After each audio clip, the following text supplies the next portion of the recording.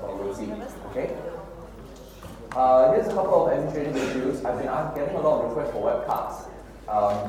Almost an email a day. CS2040S is not webcasted, so there should be S there. CS2040S is not webcasted. The reason why I'm not actually webcasting is because I don't think it's going to be very useful for people who don't attend the class to just watch you guys doing the work and answering questions, which is kind of boring.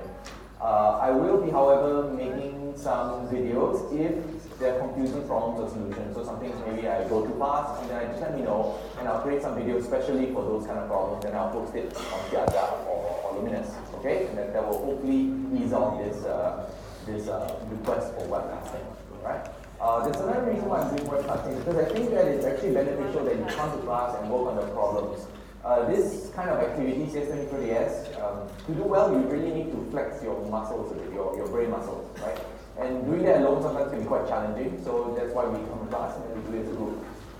Alright? So if you really want to get the most out of it, then you should participate as much as possible, as I've mentioned before. Okay? Any questions? No questions? Okay. So by end of today's session, you should be able to determine the computational complexity of an algorithm under the standard sequential computation model. We'll figure out what it is. And also we'll be using big O notation to describe algorithm performance. So for this class and several of the others, I will be introducing some extra material. This extra material is not examinable. Okay, you won't be examined on it. They will be marked on the slide. You will see this extra gum there. I know I'm in Singapore, but there will be extra chewing gum on a picture of it at least, on the slides, and that will not be examinable, but it will be useful for you to know why. Some of the things I've heard from the higher level profs is that once students get shell-shocked when they go to 3220 or the higher level mods, when you don't know how to do proofs and stuff like that. Okay, so I'll have to do a tight balancing act where I try to convey intuition more than rigor. But at the same time, I want to convey enough rigor that it's not so surprising when you get to the higher level process. Okay? So we'll be seeing some of that. Again, if you can follow along. Try to do the proofs. If you cannot, then just try to get the main message, alright? The intuition. That's what I'm trying to convey. Okay, so first question, did you do your homework? Did you revise the sorting material on Visual Go? A, of course. B, of course not. C, well, kind of halfway. Visual Go for D. So please put your answer on hold everywhere. It's already up. There we go. Two people have already put in. Where's my...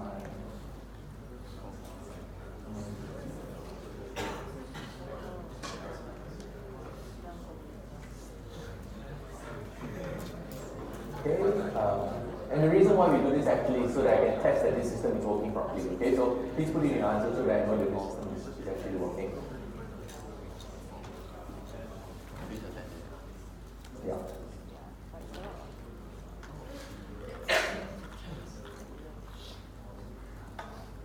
Okay, so it looks like it's working, and most people have either reviewed all the material or kind of halfway. So hopefully you have reviewed sufficient amount that today we'll be covering a little bit of sorting, not too much. But by next week, you definitely want to have covered all your previous sorting materials, okay, including the after sort. But okay, so let's get started. And the right answer, of course, is of course A. You want to have revise all your sorting material. Okay, so let's start with the problem. We always start with the problem. So the problem is, let's do one synthetic one, which is custom loyalty reward. So all you participate in is like Starbucks rewards or what do you call it? You go to any of these restaurants out there, there's reward points, right? So what we want to do, the company wants to do, is to get a list of the customers ordered by their purchasing spend, how much they spent with your company, and then you want to reward the top, let's say N, who has spent the most. Okay. So how might you solve this problem? So what's a quick way? Yeah, sort, right? Simple way. You sort all your customers, and then you by their purchasing spend, and then you just take the top, let's say top 10 or top 100, right, of the customers, and then that's how you solve it. So Boss has a particular solution. This is Boss. He's the boss of your company, and his solution to sort the items is this. Okay. While items is not sorted, you commute the items. Okay. So do you think this is a good sorting algorithm? Yeah. Yes, of course. Okay. So this particular algorithm has a name, right? It's called Bobo sort. It's often used as an example of an awful sorting algorithm, and we'll see why and quantify that today. Okay, so that's bubble sort. Naruto has a different solution. Naruto has this solution. He's going to first mark the first element that's sorted. Then for each unsorted element X, he's going to extract that element, and then he's going to go through the sorted portion, right? And then he's going to move the element into the right place, right? Essentially. So what kind of sorting is this? Is it A, bubble sort, B, insertion sort, C, merge sort, D, I obviously didn't do my homework. So let's put that in. Okay, so there you go, bubble sort, insertion sort, merge sort, or I didn't do my homework.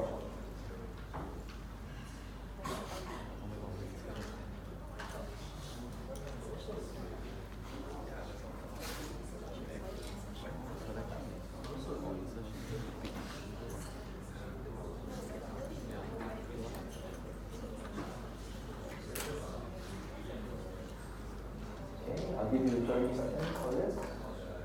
As soon as that thing reaches 12:14.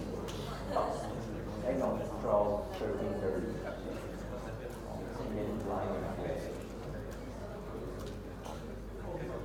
Okay, so a lot of people have answered insertion sort, and if you've answered insertion sort, then you are correct. It is an insertion sort. It is not a bubble sort, so who can tell me what bubble sort does? What does bubble sort do? Know how bubble sort works? Any brave soul wants to remind me how bubble sort works? Yeah, bubble up? Yeah, how do you bubble up? What do you do?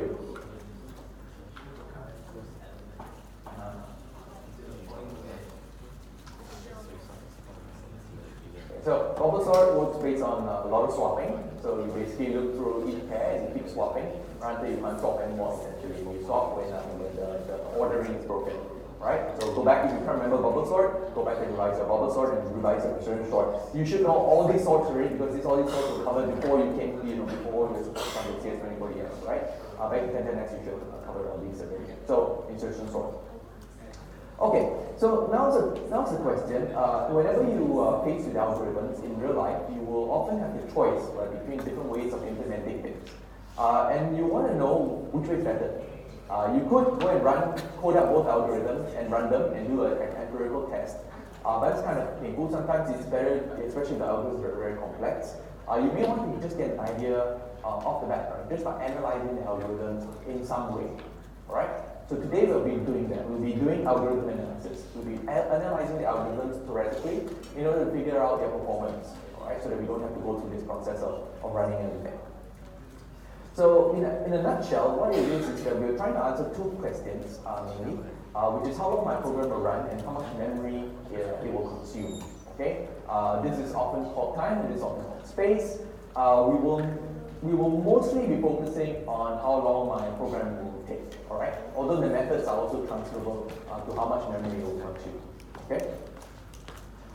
In more general settings, you not just care about memory and time, you also care about other things like communication bandwidth, how much processing elements you need, human computation if there's human computation involved, how much effort you have to do things. So there's some resource and you want to measure how much of the resource you're using, okay?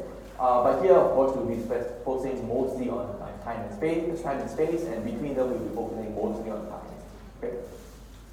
All right. So whenever we want to analyze something, it's very useful to have a model of computation. So our computers nowadays are extremely complex. In order to model a computer like this, it's way too difficult. So what we want to do is remember to get a quick idea of how it might run on a computer.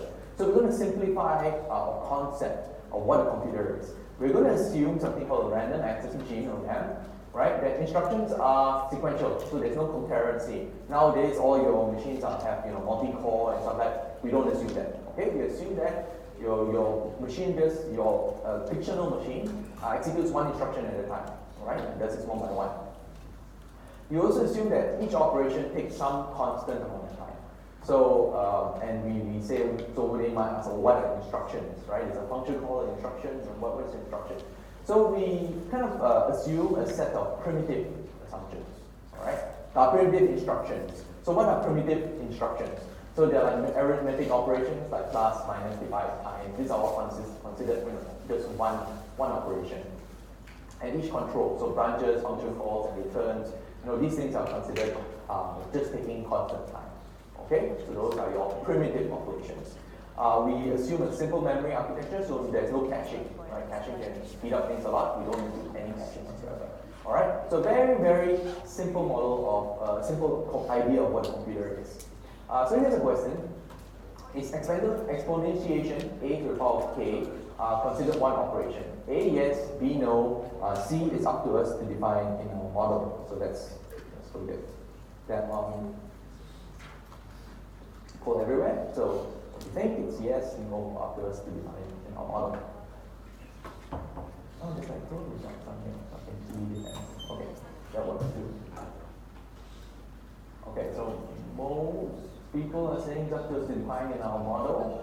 80 or 90, almost 90%. Some people say yes. Oh, yes and no's are kind of neck to neck. Okay. I swear some people are just playing with these things, right? Okay. Alright, so mostly up to us to define. Some people are saying no, some people are less saying no, even less are saying yes. Okay, so let's have a look. So if you answered no and up to us to define a model, you're right. Okay? It's really up to us to define a model. Okay? But for our class, for this class, 2040S, it is not considered one operation. Okay? So just keep that in mind. If I ever ask you exponentiation is one operation, it's not. Okay? It's a series of multiplications. And multiplication is considered a primitive operation.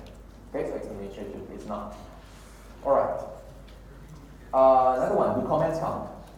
So A yes, B no, C only on Facebook, D only on Piazza. So if you guys don't know what comments are like this, right? So that's a comment of the code. It's not executed. So okay. So you have to wait for me to like click next before you put in your answer, else it will be recorded as the previous answer. so wait for me to click next. Oh, okay.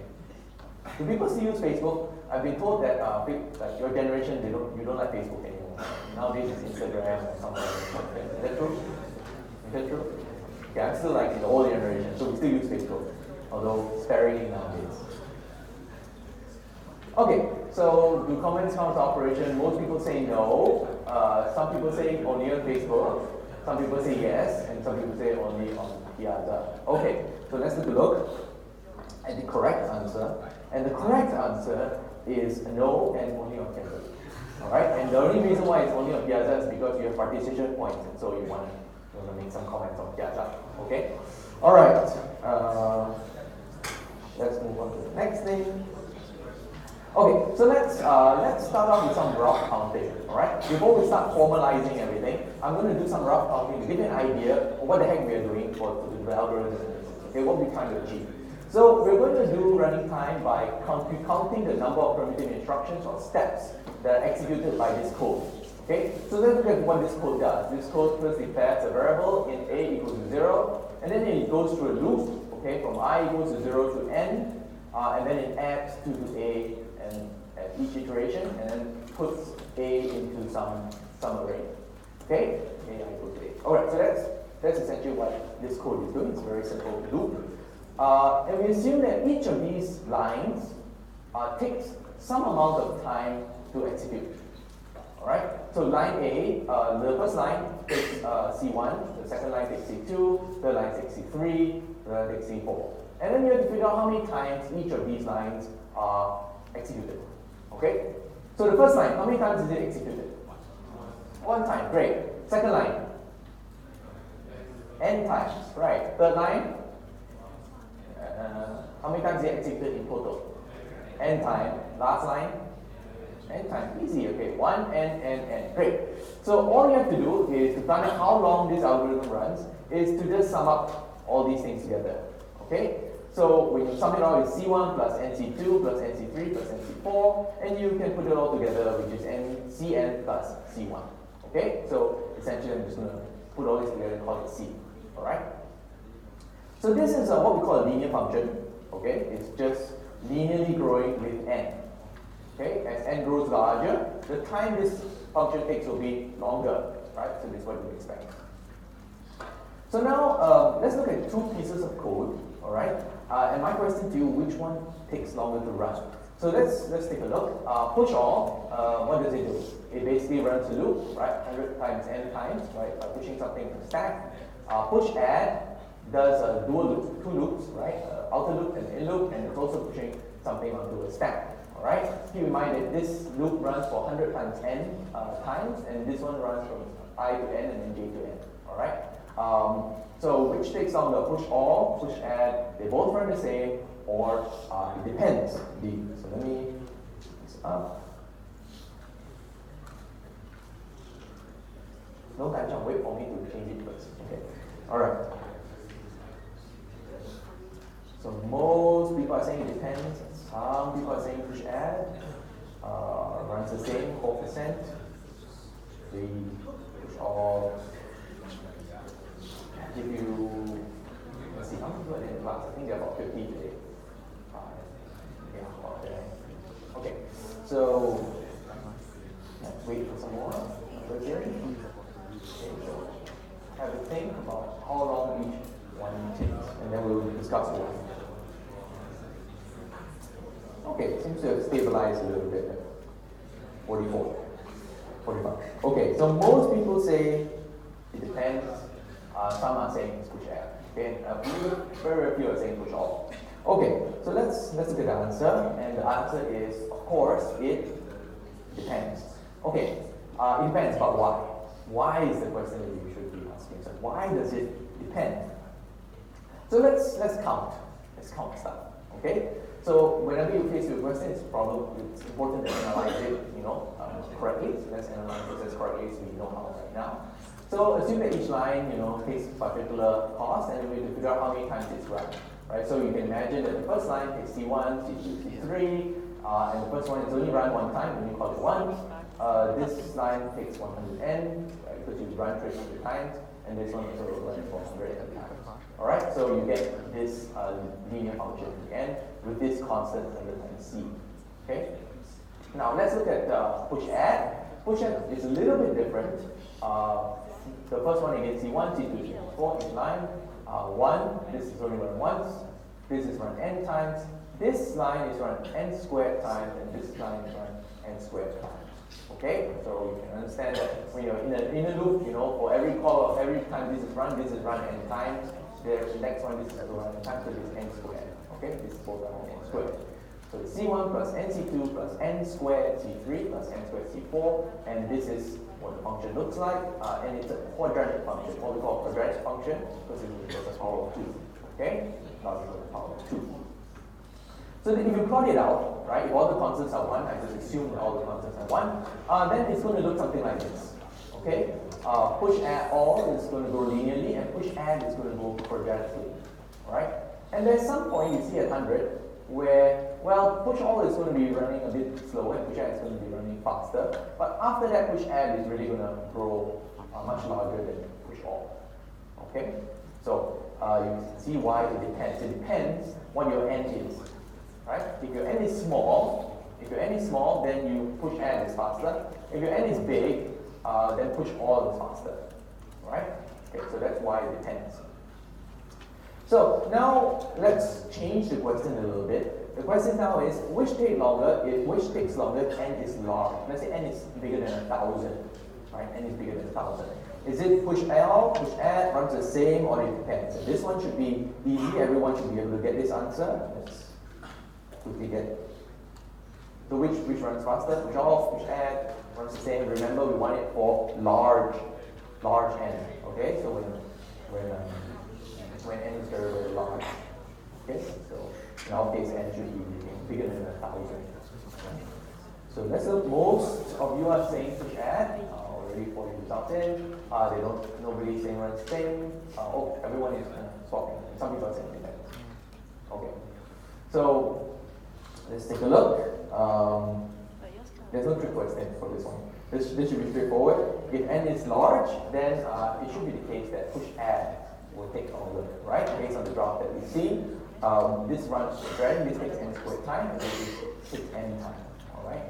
Okay, so which takes more memory if n is large? If n is more than 1,000, is it push all, push add, takes about the same, and D Naruto knows. So let's have a look.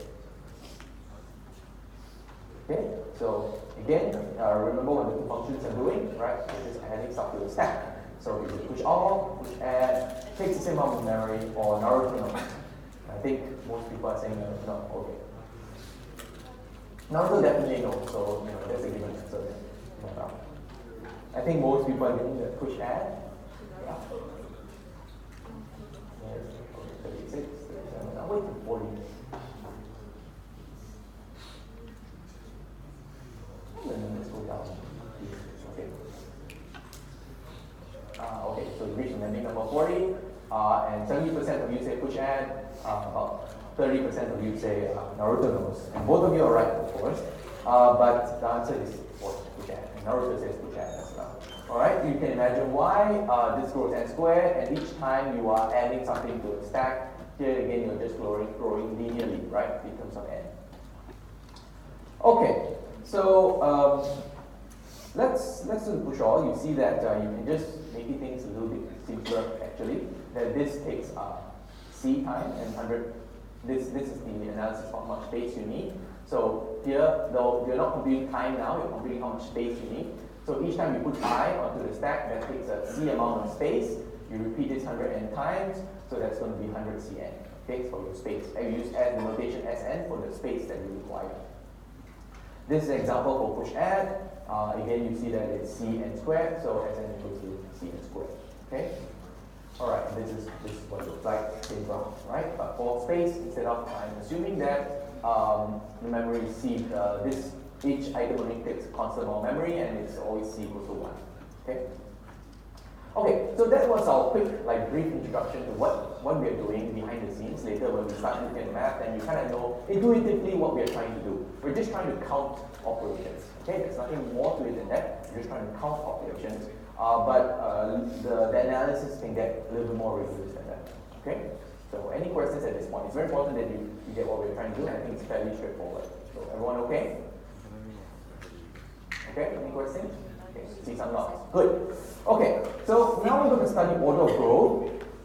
Right, you can see here that although I said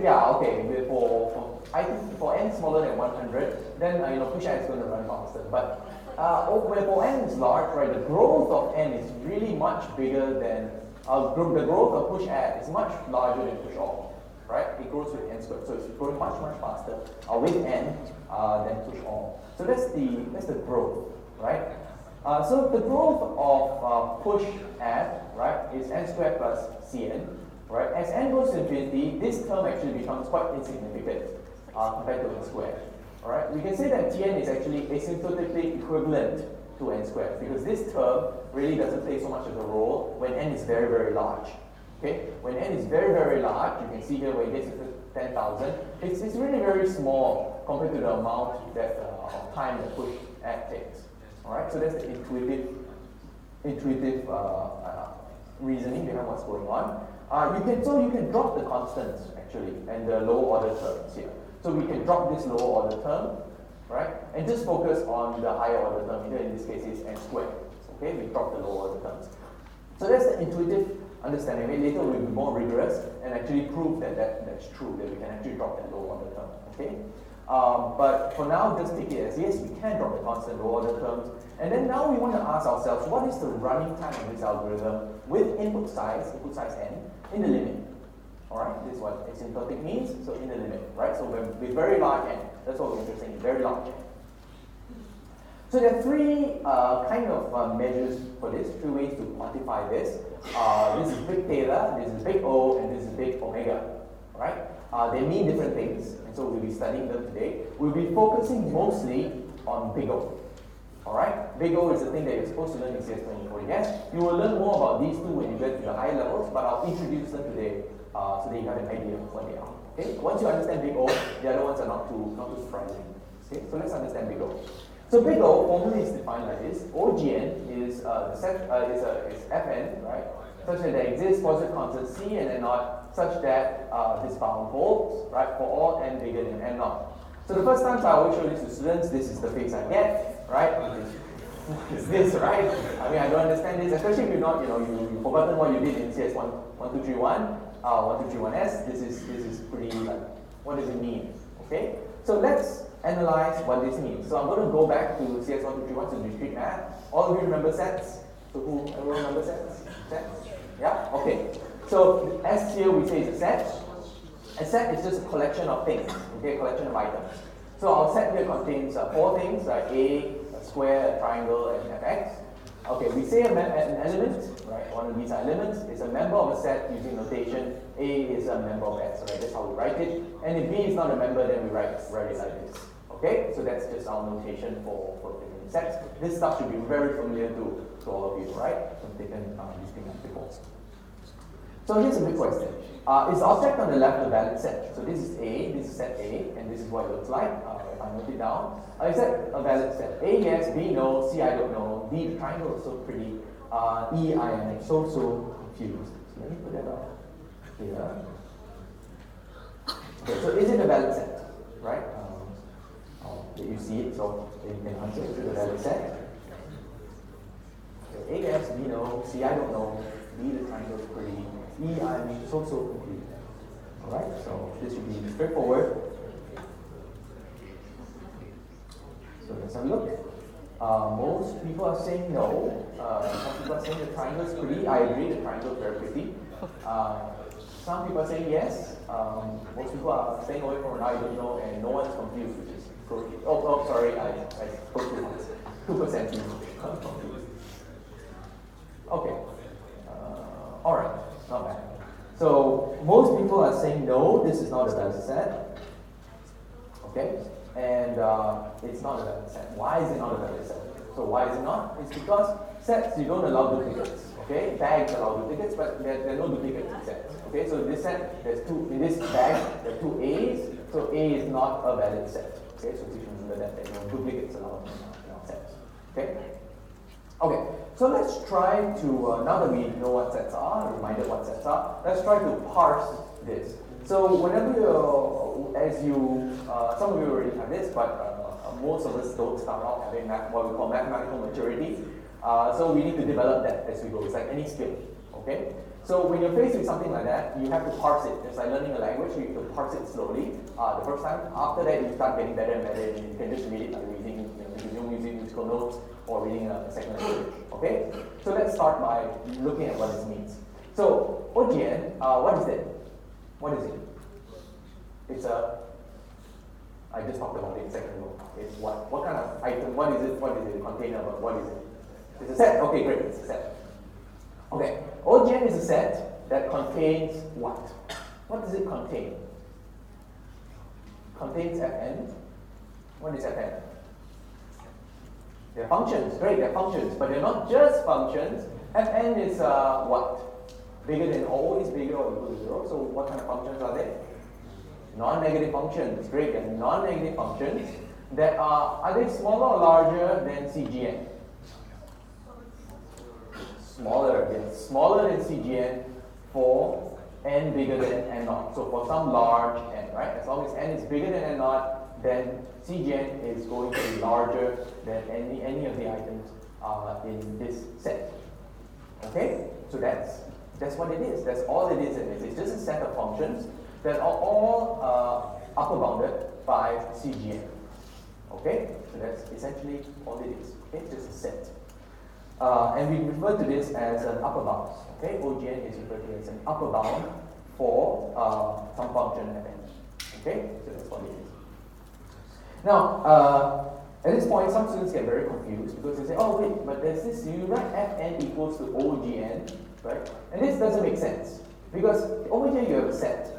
Over here you have a function. That doesn't make sense, right? How can a function equal a set? That doesn't make the objects are not the same type, so you can't really put them together, right? It doesn't make any sense. So why do we write this like this? This is called abuse of notation, okay? We are abusing notation. We write this, but we actually mean this, okay? We write Fn equals to OGN, big O of Gn, but we really mean that Fn is really a member of the set, Okay, so that's what we mean when you see this. So when you see it, don't get too confused. Okay, the reason why we write it like this is because there's a lot of benefits to writing like this. We will get more experience with it throughout the semester. But for now, believe me that it's actually much easier to write it with the equals. Okay, when you start composing big old functions together, then we will understand why it's more convenient to write it like this. Okay, so these now you know what big O is, right? Let's take a look at these two. All right, so big theta and big omega. Okay, so what is again? This is extra. So every time you see this extra gum here, this means that it's not examinable. Okay, I won't be testing you on this, but it's something for you to kind of know. All right. So we've studied upper bounds. Now let's look at big omega. Big omega. This is what it reads, right?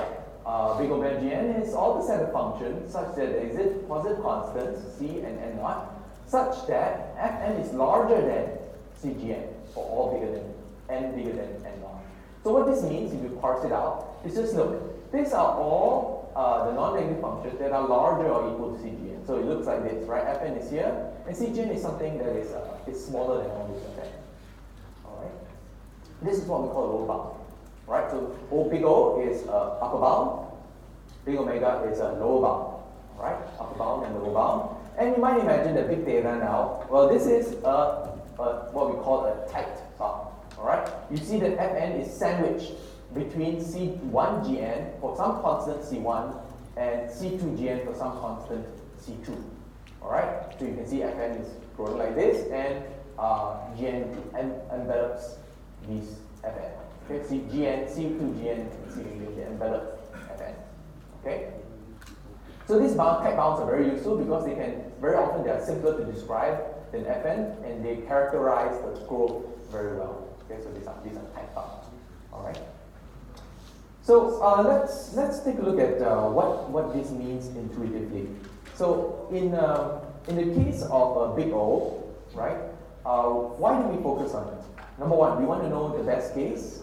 That's A. B, we want to know the worst case. C, we are pessimistic people. Or D, I'm so very confused. So why don't you put your answers in, and we'll talk a little bit about the intuitive interpretation of all these measures. Okay? So most people are saying we want to know the worst case, and we are pessimistic people.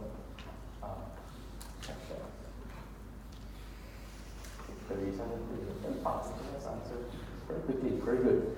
Okay, so most of you are saying worst case of pessimistic people, and you would be right. Okay, we're all pessimistic people, but we also want to know the worst case. All right, why do you want to know the worst case? So, for example, if I gave you two pieces of software and I say, okay, software A, I guarantee that in the best case, you'll crash only once a week. Best case, crash only once a week. This is like Windows. Case B, I guarantee in the worst case, you will crash only once a week. Okay, in the worst case, it will crash once a week. Which do you buy? Which do you buy? B, right? I think you buy B, unless you're sadomasochistic, you like to torture yourself, and then you would buy A. But most of you would buy B. Okay, so what does big O mean intuitively? Is that, look, when we say an algorithm, let's say O squared, we mean that the worst case running time is O squared, because it will never get above this CGN. Okay, so the worst case running time is O squared. We guarantee that the running time will not exceed Cn squared for large n and some constant C, so n larger than n naught. And the running time is upper bounded by Cn squared for large n. Okay, so this is what it means intuitively. So now if you have big omega, what does that mean? That's not the worst case, that's the best case, right? You know that is lower bounded by your function. Okay, so that's your best case. And if you have, and something you'll learn later is that if you have actually a lower bound and an upper bound, and they match, then you know that's a tight bound. Okay, but that you'll learn later. Okay, so here's a question that we can work on together. Remember I said that, you can drop the low order terms when you're doing the code, right? You don't have to care about the low order terms. So here we're going to show it more rigorously. So given a function an squared plus bn, where a and b are both bigger than 0, okay, I want you to show that fn is O(n) squared. Okay, this function is actually O(n) squared. Then we can drop the lower order terms and ignore the coefficients for the functions. Okay, so how do we do this? So whenever you're facing a proof kind of setup, let me kind of help you along a little bit at the beginning. When you don't know this stuff, the first thing you're going to do is go back to definitions. Okay, you go back to the definition. So what definition do we need to look up? What definition that we don't know? Here, which is new to you? Oh, big O. Big O is new to you, right? First time you see it, so let's look it up. This is what it looks like. Definition of 1 squared is, again, O(n) squared is all the functions of n where there is some positive constants, c and n naught, positive constants, remember that, c and n naught, such that this bound holds. Okay, for all n bigger than n naught. So, the way to prove this statement is really to show that this bound holds for some c and some n naught. Okay, so that's all you need to do. You need to show that this holds for some c and some n naught. So, can we do that? So, I'll give you, let's say, 3 minutes, right? Try to show that this bound holds for some, you pick some c and some n naught, and you try to show that this bound holds. Okay, again, pull out your pen, piece of paper, and see whether you can work it out. You can feel free to work with your friends in order to try to piece it together. Okay, and I'll give you, let's say 3 minutes. Yeah, 3 minutes. And at about 2 minute mark, I'll give you a hint. Okay. Okay, get started.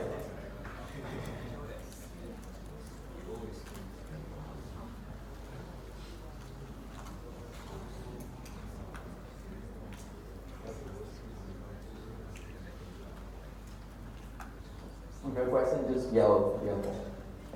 Okay?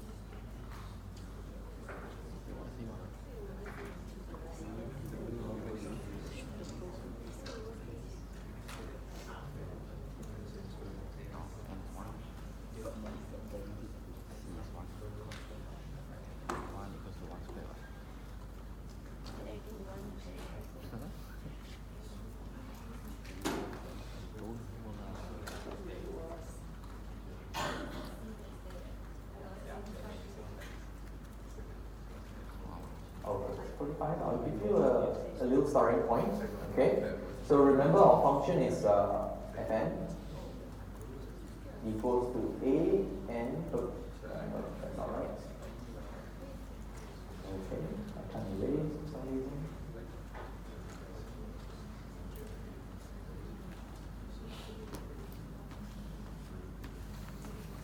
Sorry, 1 second. I'm trying to erase this thing, but it's somehow not working very well.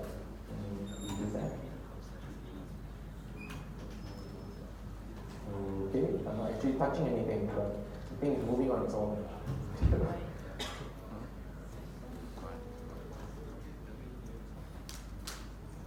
that.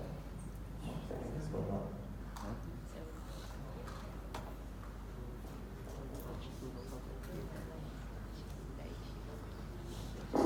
Okay.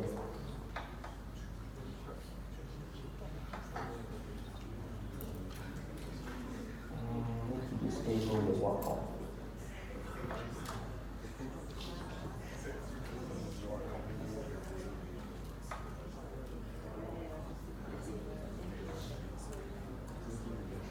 Alright. Seems like we're going to difficulties.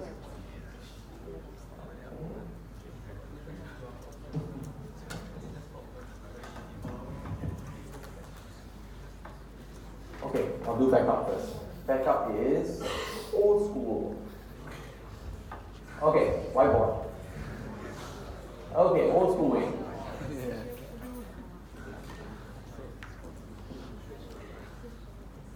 Alright? So this is our function. What do we want to show? We want to show that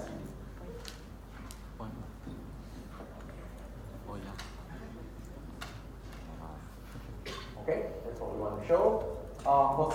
So we want to show that there exists some C and N naught, for which this holds, right? For n bigger than n naught, right? So one simple way to do that is to find out what C to pick. So the way we do that is try to get C on one side of it, right? Only C. Okay? So how do we do that? I only want C on this side. I don't want n squared here. What do I have to do this inequality? I divide it, right? I divide it by n squared. So I'm more focused on that. And this is divided by n squared. A plus B over n smaller equal to C. Okay? Alright. So how do I get this to hold? How do I pick C so that this always holds? What do I have to pick C to be?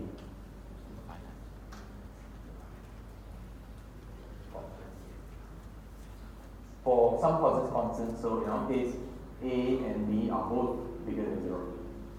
So what do I have to do? How do I pick C? So C must be bigger or smaller than A. Bigger than A. Or at least equal to A. Or must be bigger than A plus. What do I have to say? So this n can only get larger. This n can only get larger. So what can I put C to be? A plus B, good. So if you set C equals to A plus B, right? This will always hold as long as n is bigger than or equal to n naught equals to 1. Right? Because this n will only get larger, so this component will always get smaller, only get smaller with larger n. Right? So in which case you just have to set C equals to A plus B, and this will always hold. Alright? So that's all we need to do. We only need to show that there exist these two values, right? And it's already big O. We've proven by definition. Okay? We make the definition, we proved it. So this is a direct proof based on the definition. Okay. So that's how we do this. And you can see I put the proof on the slide as well. Okay, so you can refer to it in the back home.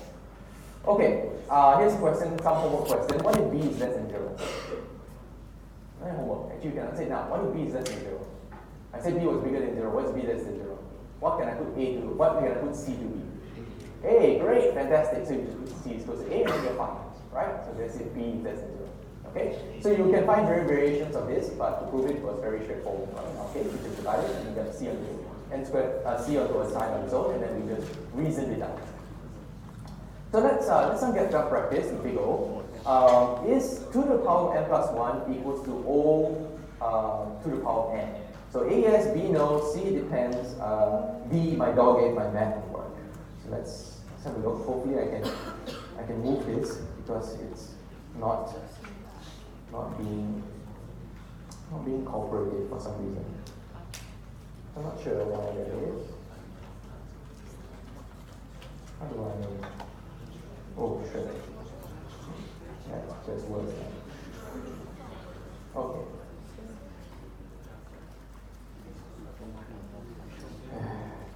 See, remember I told you about Windows? Very efficient, right? Okay, I'm going to restart my machine.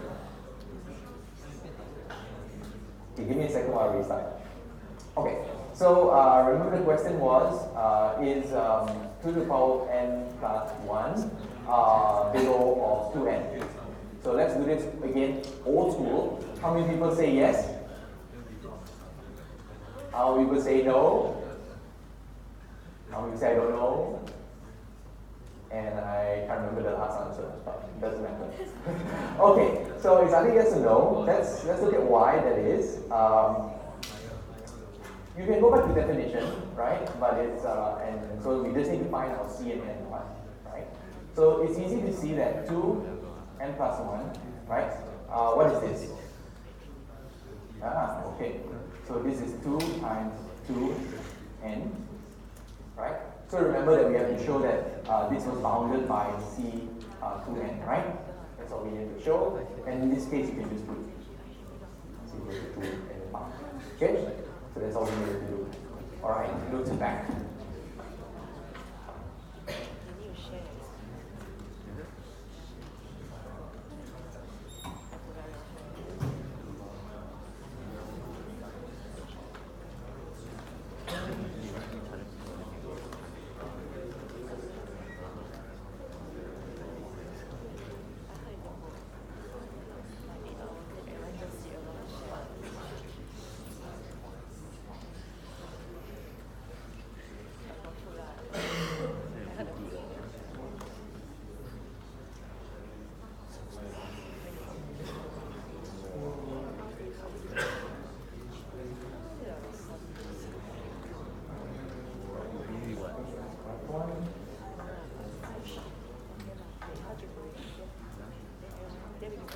Okay, and the right answer of course is yes. Let's move on to the next thing.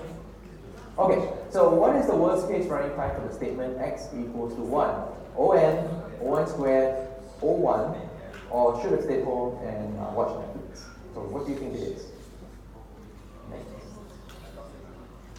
Okay, so what's the worst case running time for the statement x equals to 1?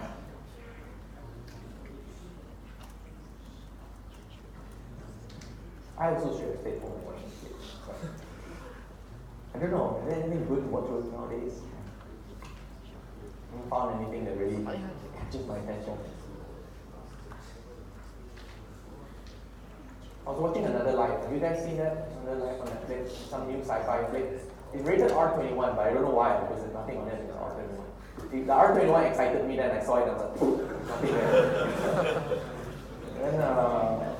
And then I was watching it, and then it's about these people who go into space on this like super like important mission for mankind, but they're all idiots, right? All the people on the show, like the characters are all idiots. They argue all the time, and they don't seem smart. So yeah, I got bored of that show quite quickly. So that's my Netflix so far. Okay. Most of you have answered O1. If you answered O1, then of course right. Should have stayed up 2%. Watch Netflix 20%. So, hopefully that number goes down as it does in the news. Okay, so that's O1, right? Why is it O1? Because it's just constant time. So you can always just find a C that works for you. Okay, so that's one. So now something a little bit more complicated. This is an if-else statement. So this is approaching something now maybe an algorithm you might actually see.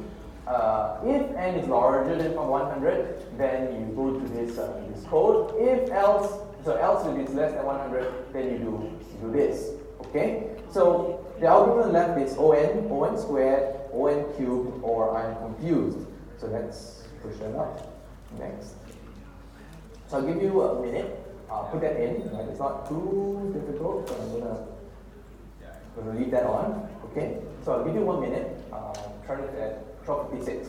Then I'll show you guys. Let's look at that.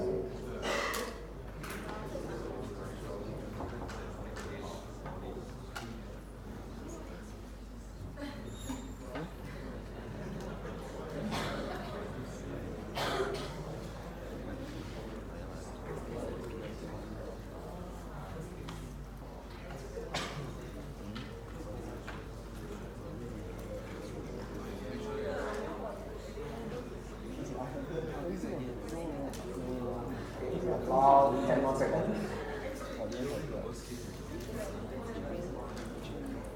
So remember, you want worst case, big O.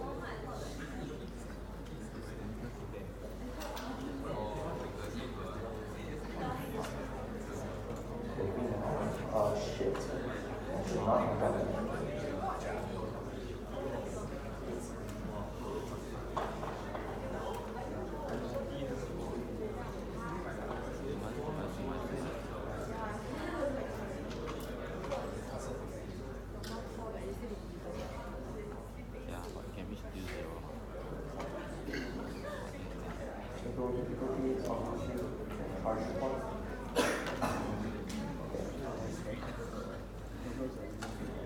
Alright, so let's have a look. Your answers, the algorithm left is on squared. Great. So most of you say on squared. There's a couple of people who are thinking it's on cubed, and a couple of people thinking I'm confused. My mouse has again gone crazy, but let's Look at the answer. And it is, okay, this is where I'm supposed to write down stuff for you, but I think most of you recognize that it's ON squared. ON cubed is actually technically correct, alright? You are correct, it's ON cubed. Why is it technically correct? It's still an upper bound, yeah, it's still an upper bound, so you're correct. If you put ON cubed, it's correct, but it's not the best answer. Why is it not the best answer? Because typically, when you take ON cubed, you are overestimating the worst case for this algorithm. You probably want to have something tighter. In this case, the thing that's tight is ON squared, alright? So can we take a look at this a little bit closer so that I can, again, I do the old school thing. Pen is not working.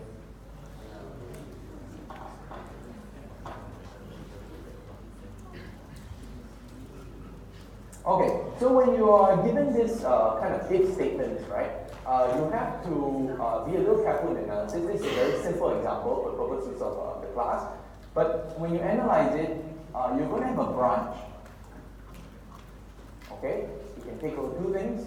One is if, in this case, n is less than 100, right? That's equal to 100, or else. So this is for n bigger than 100, right? So in these two conditions, the code there takes different amount of time, correct? So let's take a look at the condition where n is less than 100. That's equal to 100. How long does it take? N, right? So it's n, so it's Cn. And the other case is Cn squared. Okay, so we are always interested in the upper bound, remember? So we're interested for n is large, so we're looking here. Okay? Alright, so let's pick that in. Alright, let's keep going. Alright. So now it becomes a little bit tougher. We're going to step into recursion. So this is some recursive code. It's add sum for n. If these are the base cases, so if n is smaller than or equal to 1, you return n. If it's odd, n, return n. Okay. Or we're going to do add sum n minus 2 plus 10. Alright, so that's going to be our recursive function. I'm going to give you 3 minutes for this. Alright, your job is to figure out what's the worst case running time for add sum n. Is it on, on cubed, or to the power of 2n, or d is just too hard? Okay, so let's put that up. Okay. And then you put your answer in the code everywhere. You can get it moving. And not. Oops. Okay. Okay, so I'll put back the. Look there and then try to put in the answer on cubed, o to the power of 2n, or it's too hard. Okay, so I'll give you a few minutes for this. It's very important that you not only know the answer, but know how to show that it's the case. Alright?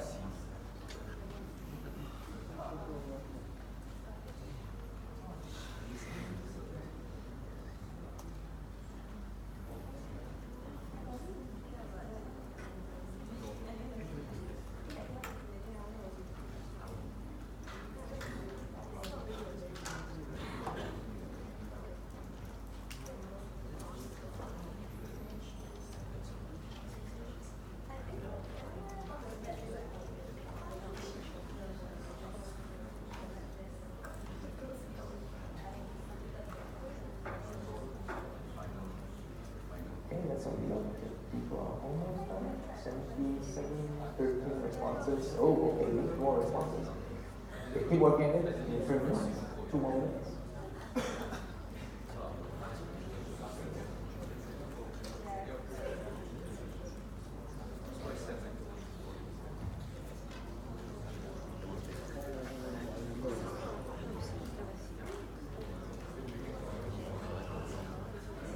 So at this point, some of you might be saying, I don't know how to get started with this problem, right? So I'm going to kind of help you along, give you the first few starting steps, all right? So this is, to analyze the time for this, let's write down what the time is, okay? So the time it takes, Tn, equals to, all right? So if this thing is odd, right, what happens? It just runs constant amount of time. Right? That doesn't matter. If it's 1 or less, then it also runs a constant amount of time. Right? We're worried of the situation where it runs, you put in n is even. right? If n is even, then it will always remain even when you call at sum, because you're always minusing 2, so it will always remain even, right? Okay, so that's the idea. So now we're worried about the even case. So we're going to have Tn plus, you call it again, n minus 2 plus c. Alright? So that's the equation that holds for this code, right? This function relies on calling it itself again. Right? It's a recurrent relation. Alright, we're going to have to solve this. Okay, so how do you solve this? What you can do is keep plugging this relation back in. Alright, so how might you do this? How might you do this? So let's plug this back in here. So it's Tn minus 2 plus c plus c. Okay, so we're just substituting it back in. This is Tn minus 4 plus 2c. Okay, I'm just writing this in a simplification. Okay, so keep doing that. Keep doing that and try to determine a pattern. Alright, by pattern I mean when you keep substituting inside, you're increasing this value k, let's say. Alright, here k, let's say is 2. Okay. And try to write this out in terms of k. Alright, in terms of k. And then we're going to determine what k is, and then we're going to solve the equation. Alright, so try to work this out. I'll give you a minute, and then I'll write out the answer. Okay?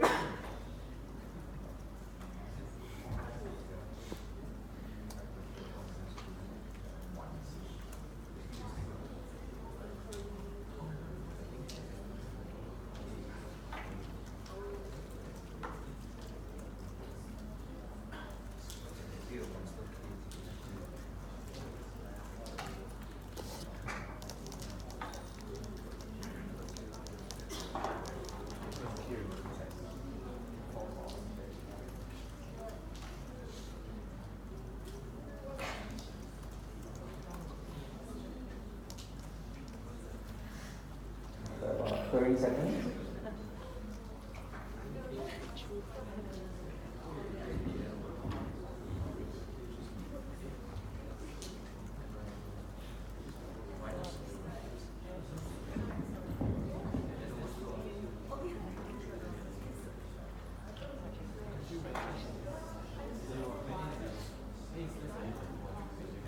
Okay, so time's up. Let's substitute in some new stuff. Okay, so this will be t. If you substitute again, it's going to be n minus 6 plus 3c, right? This is going to be k equals to 3. And you can keep going. So t n minus 8 plus 4c, k equals 4. So you begin to see a pattern here, right? Where you can substitute the k in. So eventually you're going to find out that it's going to be t n minus what in terms of k? 2k plus 2c. Oh, sorry, kc. Sorry, 2. What am I saying? Right? kc. Okay, plus kc. Alright, so now this isn't enough. We need to go all the way down to the base case. Alright, and the base case, I'm going to cheat a little bit. For t0 or t1, and we're going to say this is constant, right? Because you just return, right? t1 is constant, right? So in which case, we need to solve, right, for when k gets it equals 0. Okay, when this gets large enough, then this becomes 0. Alright? So n minus 2k equals to 0. Then what happens? Alright? So we know what k is now. Let's put it back in. Okay, this becomes 0. Right? And this becomes what?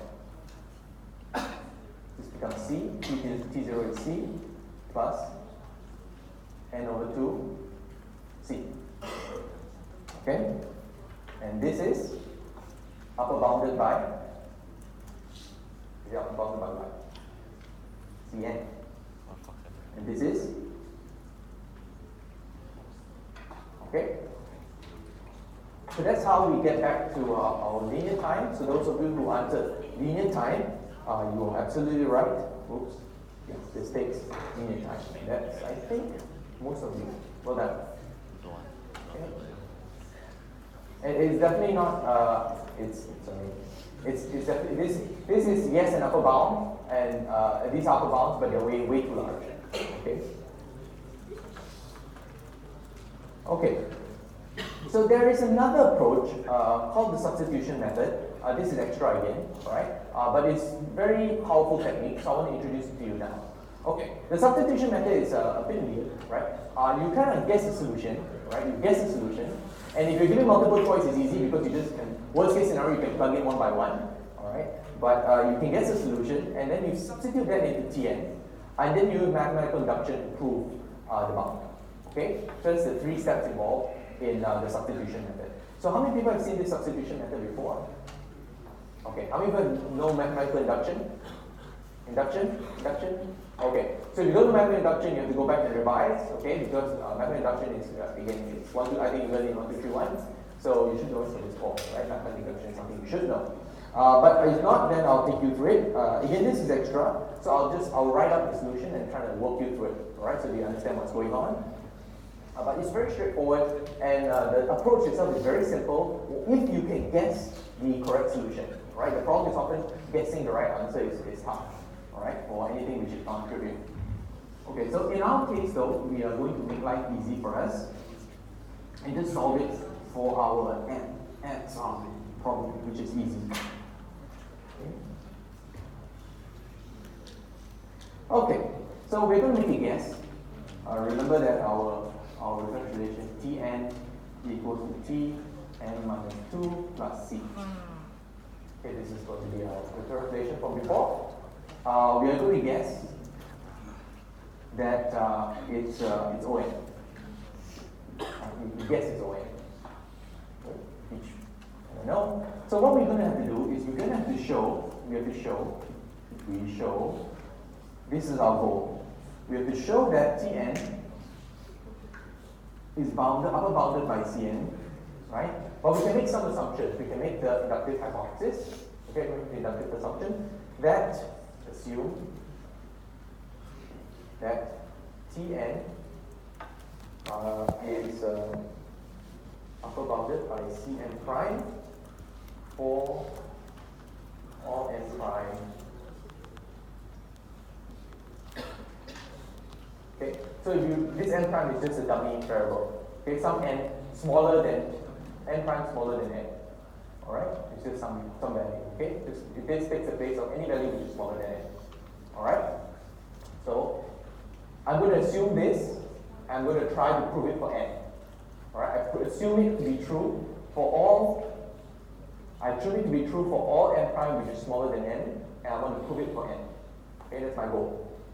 Okay, so let's show that.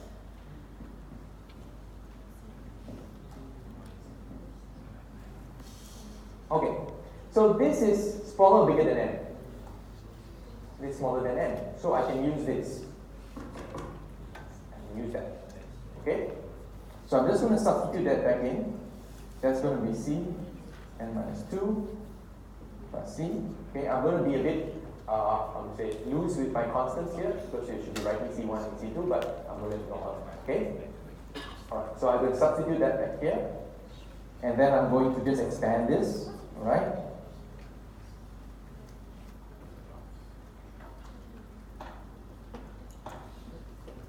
Okay? Now I just need to show this. Right? Now this value, how is it related to this? Is it bigger than or smaller than?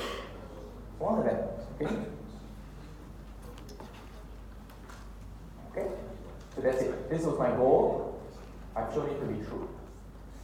Right? By mathematical induction. This is not complete, however. I need one more step, which is what do I need to show for mathematical induction to be true? The base cases, great. I need to show my base cases. Right?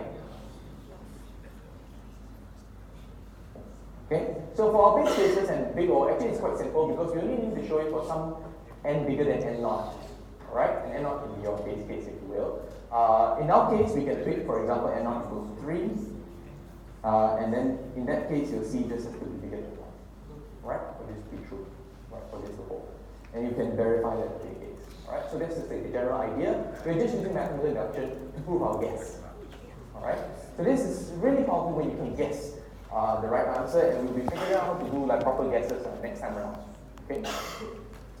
So let's look at this. The shapes of the spiral galaxies and hurricanes follows this sequence. What is it? What is it? Have you seen it before? Somebody want to yell out the answer? Related to the golden ratio? Fibonacci, great, it's the Fibonacci sequence, right? It's the Fibonacci sequence. So back when you were younger, you learned how to compute the Fibonacci sequence, right? So one way is to do it recursively. So we're talking about recursion. One way is to do it recursively. And you can do it recursively via this function called, right? It goes on return n. If not, then you n minus 1 plus n minus 2, right? You can call this. Let's get some experience proving a lower bound. So we're looking at upper bound, so let's look at the lower bound.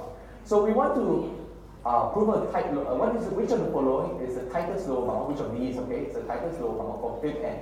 Is it big omega of n, big omega of n cubed, big omega of 2 to the power n over 2, or d, it's just too hard. So let's, this is extra, so I'll give you a minute and I'll show you how to get started.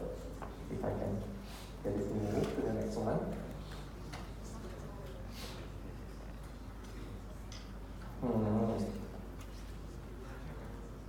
Okay. Nope, that's not correct. Okay. So, tell me what is the low bound for the tightest low bound for silver band, right? Is it linear? Well, people are really dumping answers. Very good. Okay, so what do you think it is? Is it big omega of n, big omega cube, big omega of 2 to the power of the exponential, basically, or it's just too hard? So which do you think it is? So we have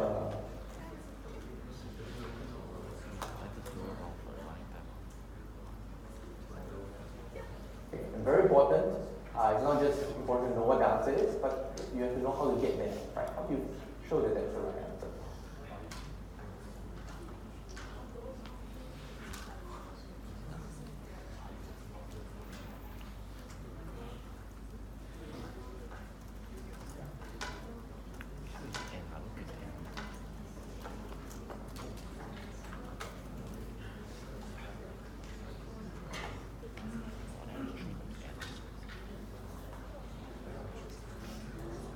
Okay, so it looks like the linear low bound and the exponential low bound are neck to neck, which is interesting.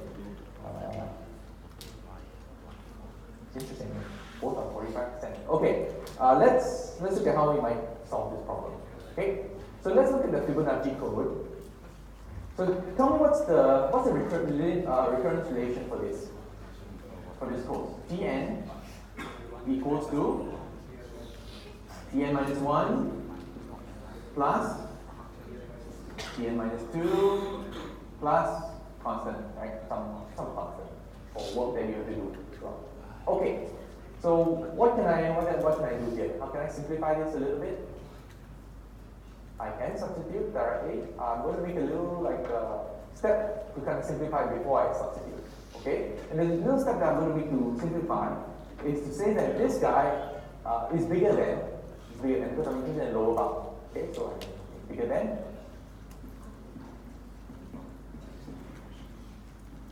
Okay, I'm going to get rid of one of them. I'm just going to put t n minus 2 plus c.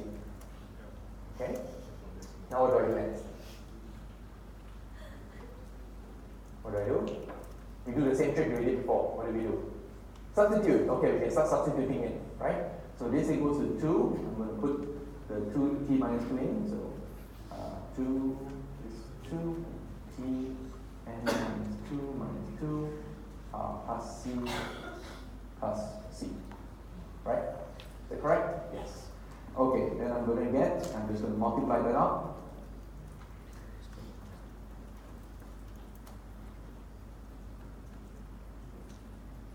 Right?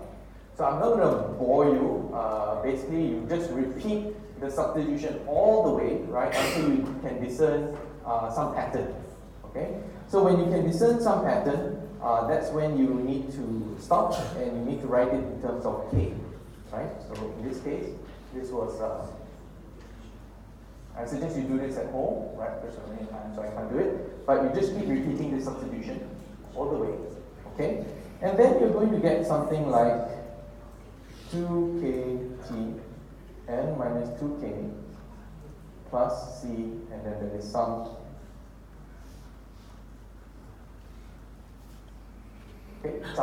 constant here, alright? We're going to ignore that constant because you're only going to work on the lower bound. So we're going to do 2kt n minus 2k. Right? What do you do now? After you get this, right in terms of k, what do you do? What's the step? You set it to 0 or set it to what the base case is? Alright? In this case, let's set it to 0. So n minus 2k equals to 0. So k equals to n over 2.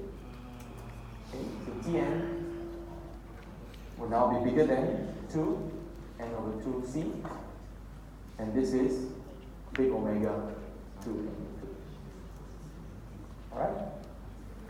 So that's how you prove that low bound. Alright? Okay, so if you've answered exponential, you are right. Alright, it's exponential. This is very bad code, right? It takes a very, very long time to run. So why is that? It takes a very long time because if you look at the call tree, right, it's going to call FIP6 and that's going to call FIP4 and that's going to call FIP5 and go down the tree. But you notice that FIP5 also calls FIP4. Right? So there's a lot of repetition in this recurrence, in this particular recursive call for this. So this is a bad way to write Fibonacci. There are better ways, which we'll see in a second. I'm going to just gloss over this very quickly. But what do you think is the upper bound for Fibonacci of n? What's the thing example? We look at the lower bound. Can you guess what the upper bound is? Just by what you know already. So is it A O(n), B O(n) cubed, C O(2n), or D is too hard? So what's the Texas upper bound for this? So it should be clear that if the lower bound is exponential, can the upper bound be linear? Can the upper bound be cubic? It must be larger than 2 to the power n over 2. Right? It must be. It's an upper bound, right? A larger or equal to. So in this case, it is exponential, right? The only answer that you can get there is exponential, right? And of course, proving it, we'll show it next. I'll show it on the slides, but I won't show it in class today. It's extra. Okay, so again, you can use the substitution method and use mathematical deduction to prove that it is. Okay? Alright, so it's all exponential. If you're doing iteration, what is the worst case running time? You're doing iteration. What's the worst case running time? So let's just shout out the answer. This is easy. Look at that code. There's only one loop here. Right? There's no recursive calls. A, O(n), linear. Who thinks linear? Come on, who thinks linear? B, cubic. C, exponential. D, too hard. No? Okay, let's look at the code. So these are just a series of if statements. Doesn't do anything. If there are some initializations here, and then you're just iterating from I equals to 2 to n. You're not calling yourself, right? You're just running these 3 commands here, 3 operations, and then you're returning the result. So this runs in how long? Linear time, right? It just takes n time to run. So running Fibonacci iteratively is much, much faster than running it recursively. Okay? So I'm going to skip this. We've already seen this items on the stack. I want to jump to this one, which is limitations. Okay, so both selection sort and bubble sort are O(n) squared algorithms. Does that mean that they are equivalent in terms of performance in a real world setting? A, yes, B, no, C, I don't know, D, why so many questions today? So let's take a look at what you think. Skip forward if I can.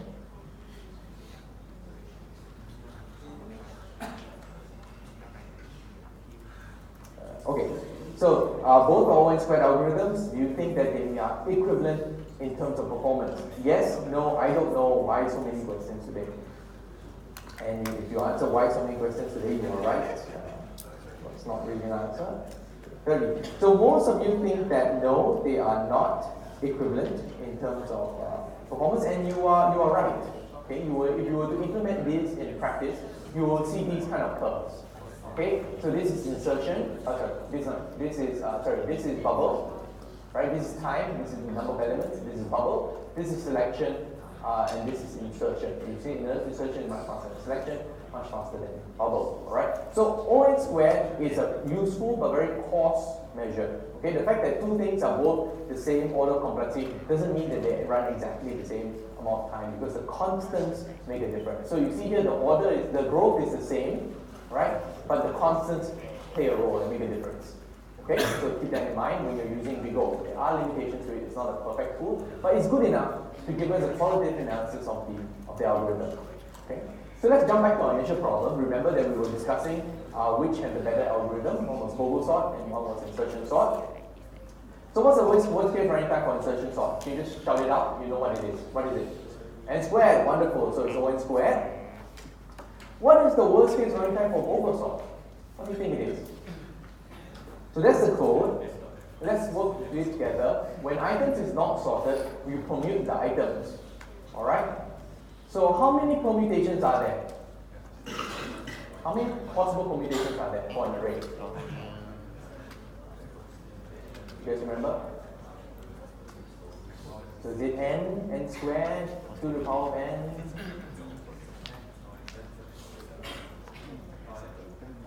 What? So imagine if you have an array of items, right? You have an array of items, you have to, how many ways are there of choosing the first item? How many ways of choosing the second item once the first item is n minus 1? How many ways of choosing the next item after the n minus 2? Okay, n times n minus 1 times n minus 2 times n minus 3 all the way, what is that? N factorial, good, n factorial. So is n factorial up there? Oh, there's one here, but it's n times n factorial. Why n times n factorial? Thank you. You have to check whether the items are sorted or not. While items is not sorted. So the only way for you to check whether the item is sorted is to look through each item and check whether they're all following sequence. Right? So that's the only way to go. So you have to do it n times, and then n factorial times, and each time you check whether the item is sorted or not. So that's n times n factorial. Which is bigger? This is n squared. This is n times n factorial. For 20 items, this is humongous. This is 10 to the power of 10, by the way. Alright, this is what I plotted. This is humongous. So Bogle sort is a really, really stupid way of sorting. Okay, it's a classical awful algorithm. So but boss says, wait. You are doing all the permutations, but I'm a winner. So what do you do this? When the item is not sorted, I shuffle the items. Okay, instead of permuting it one by one to get all the permutations, I shuffle it. Okay? And because I'm a winner, I'm so lucky, I'm going to guarantee that I'm going to hit the right one. So what's the worst case running time for randomized Bogle sort? And this is just extra, this is just for fun, you won't be tested on this, okay?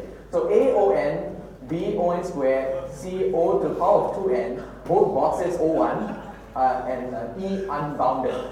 So what do you think the answer is? Oh, I hear some people say unbounded. So the right answer in this case is unbounded, right? Because there's a chance you never get this particular thing, and that's in the worst case, right? You never get. So again, Naruto has a better idea. All right. Any questions at this point? No. But boss has another idea. He says, look, right, you are looking at the worst case, and in the things never happen in the worst case. I want to know what happens in the average case. So what's the average case running time for Bogle sort? Again, you're not examining this, like what do you think, right? Is it O(n), O to the power of 2n, O(n) times n factorial? Boss still says O1 and E or E unbounded. So what do you think? Average case. See, all right. So if you wanna learn more average case, we'll cover that on the talk about quick sort, which is next week. All right. Okay. So if you want to read more about this stuff, there's actually a paper on this. It's called Sorting the Slow Way, Analysis of Perversely Awful Randomized Sorting Algorithms. It's by a group at TUM. Bogle sort is defined here. Bogle sort, var, stupid sort. The archetypal perversely awful algorithm, as opposed to bubble sort, which is merely the generic bad algorithm.